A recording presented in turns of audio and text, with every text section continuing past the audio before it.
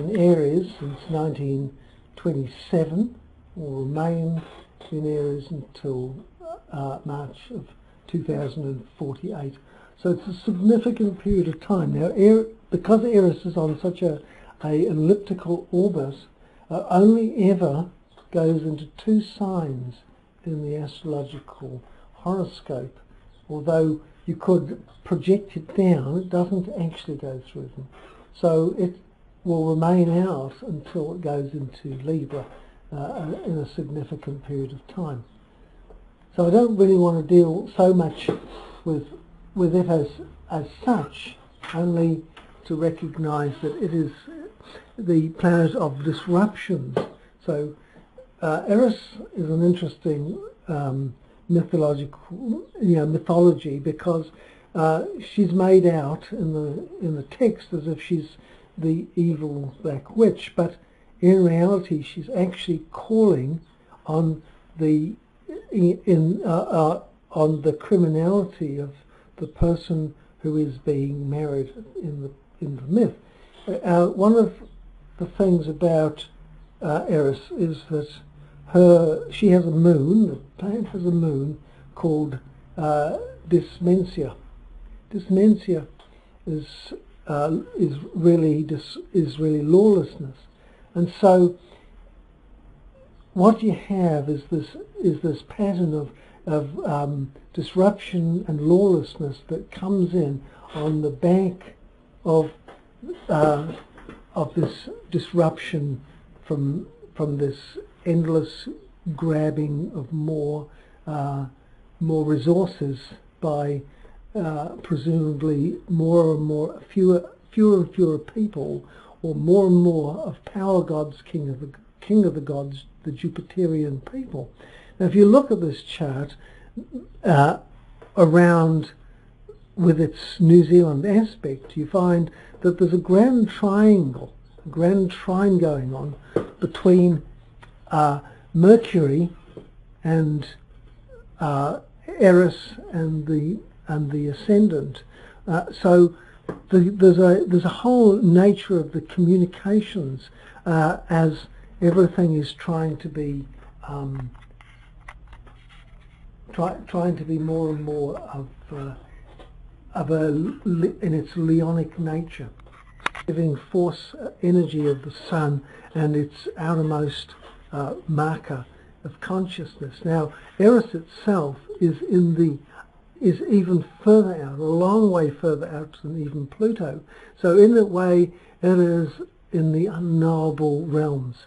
There's another important feature that goes on here, and that is the opposition between the moon and the sun and the moon. These are the biggest influences in our whole experience, is that they are squared to the transiting Uranus just at 4 degrees or 5 degrees of Aries.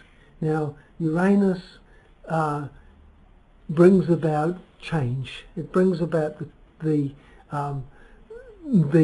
revolutionary movement. It is the planet that is most assigned to social and psychological shifts, because Uranus, while it is difficult, almost impossible to see with the naked eye, it is, once pointed out, actually possible to see it. So it's on the very edge of our ability, and it sort of mediates, between the conscious and the practical realms. So this is really the planet that is most going to bring in the revolutionary shift that people are expecting. And it sits on the Sabian degree of 5 degrees of Aries, which says that it's a triangle with wings. It gives us the capacity for self-transcending. Essentially, it's bringing in a new dimension of being, a new way of thinking, a new consciousness. So in the end, the old way of drive and emotionality is being transcended by a distant sort of way of looking at it. Of course, Uranus rules the sign of Aquarius, and we're already moved into the Aquarian age, which began in at the spring equinox, northern hemisphere. So that is the autumn equinox in the southern hemisphere of the year 2000. So, and there are very strong indicators that this is the moment, and it's taken 12 years for its influence to come in. Now, it's really important to understand the way in which Aquarius operates over and above its predecessors, both Aries and Pisces. So Aries belongs to a long gone age, around two and a bit thousand years ago, which had with it, if you like, the idea of a god of vengeance. So we see that god of vengeance in the Old Testament, but after a period of time it came to an end, and the Piscean fashion of love and nurturing came in to follow that on. But and so what we had is the domination, the Aryan age continuing to dominate over the feminine age of Pisces, which has now given way to the yet again masculine age of Aquarius. So the old gods are being held to, if you like, into the under the microscope of the mind, and to be shown to be lacking. That religion as such, beliefs in gods outside of our own ability to determine, is no longer relevant. So there are some interesting correlations in here, because while Uranus rules Aquarius at what you could call the mundane or the practical level, it rules Libra at a higher vibration, and as such it ties Libra and the Libran qualities to the age of Aquarius. So one of the things that comes out of this is that one of the important factors is the factor of building relationships, social relationships, through electronic means, because Uranus rules electricity. So we have seen the emergence not only of the internet, but of social media and social interactions in this present 12-year period from the beginning of 2000 onwards.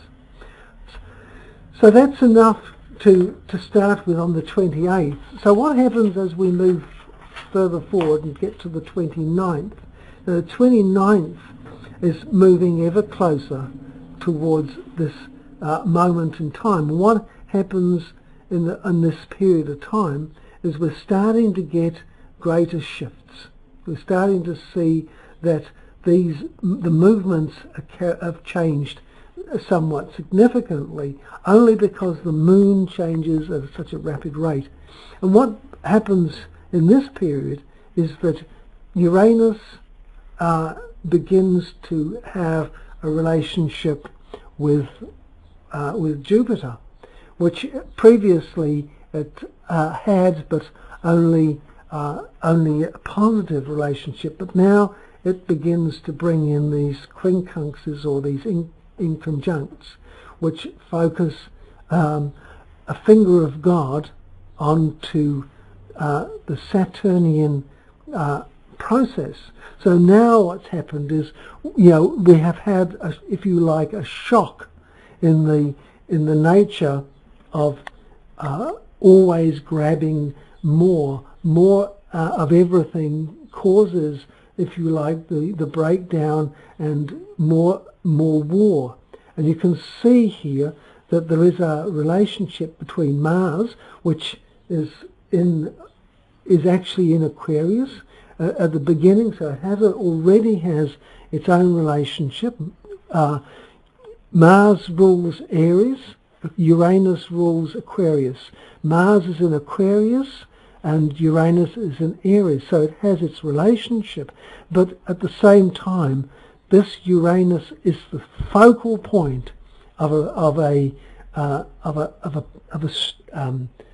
energy gathering towards between Jupiter and Mars. So we're starting to see the whole nature of aggression and the accumulation of power being focused more and more onto this transformative and revolutionary planet of Uranus, and it now is a finger of God between these two forces onto Saturn. Now what that does is it brings into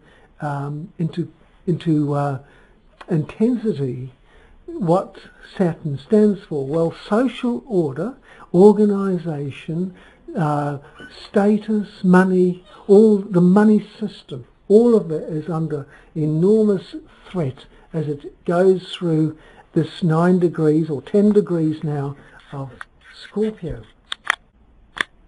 And the Sabian symbol for Scorpio 10 degrees is a fellowship supper reunites old comrades.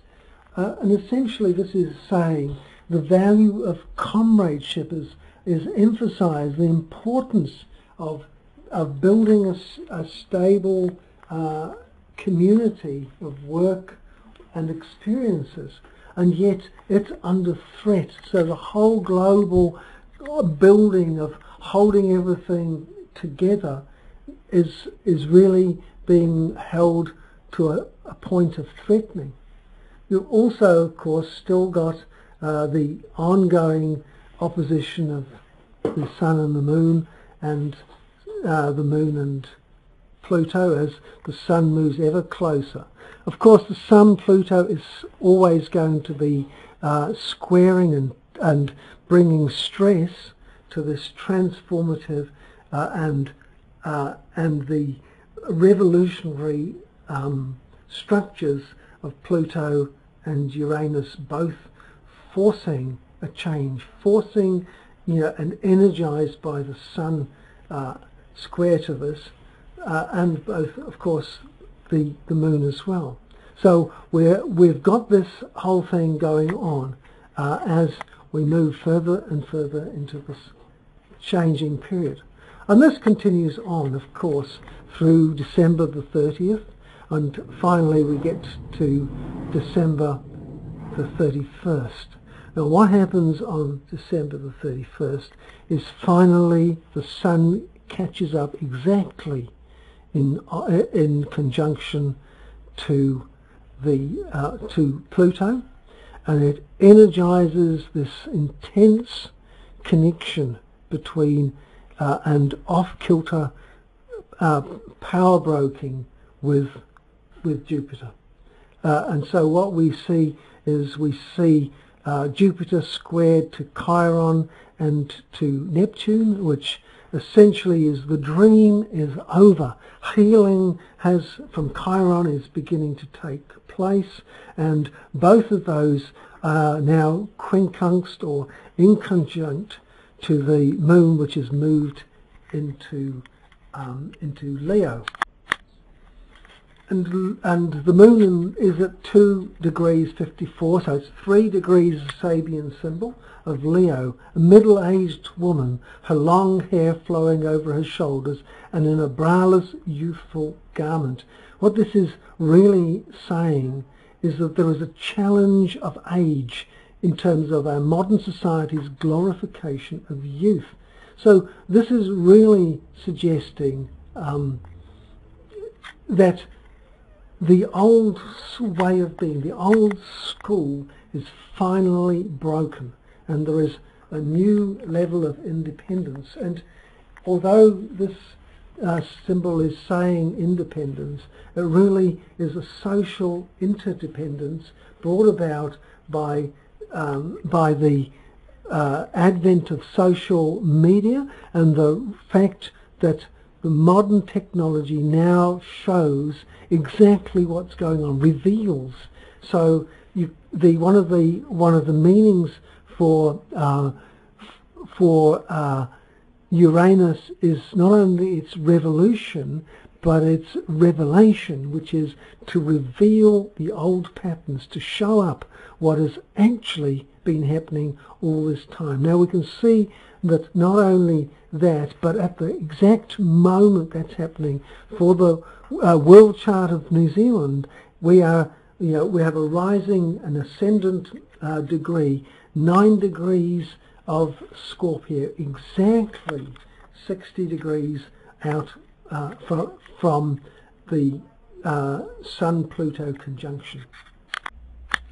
Of course, this is the same degree that Saturn is sitting on. So we have a Saturn going over the ascendant at exactly this same period of time. When Saturn goes over anybody's natal chart, when it goes over their natal ascendant, it is a marker for a change in their home life, a change in circumstances, and a growing up, taking on responsibilities.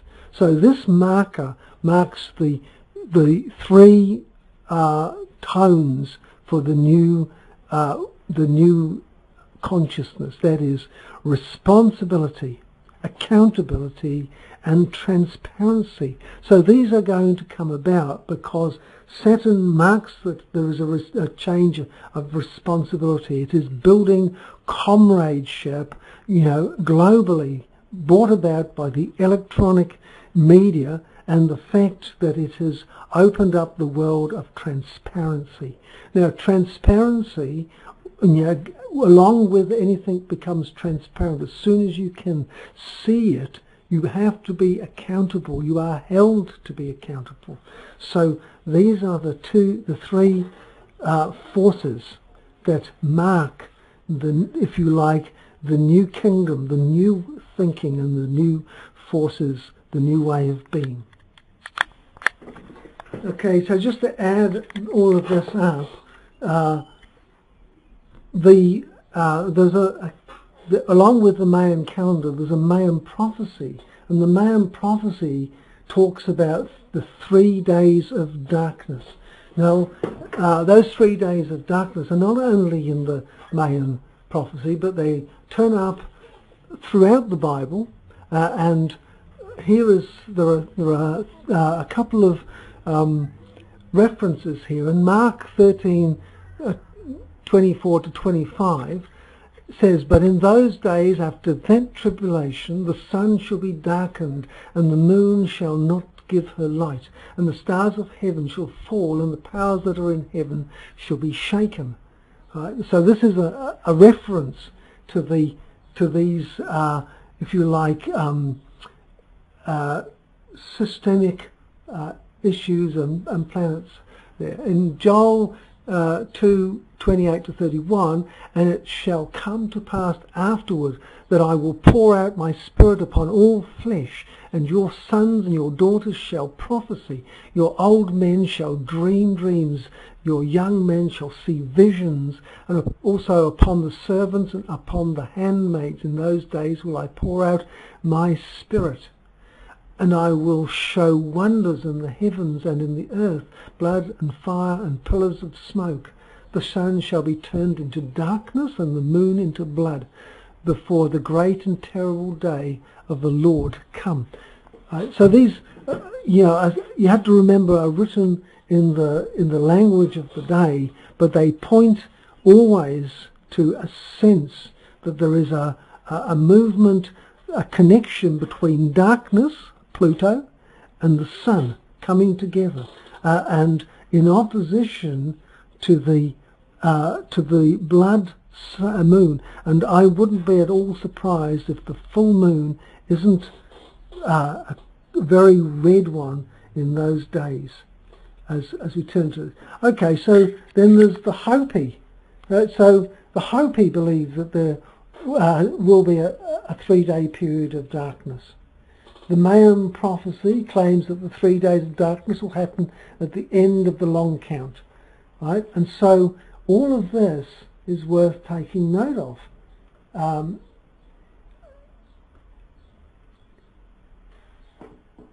So one could say that we don't know for certain exactly what the what these 3 days are, but I'm suggesting that from the 28th to the 31st will be a 3-day period of time.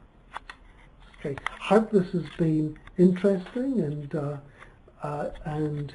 you'd like to hear more. Okay, this is Francis Evans signing off.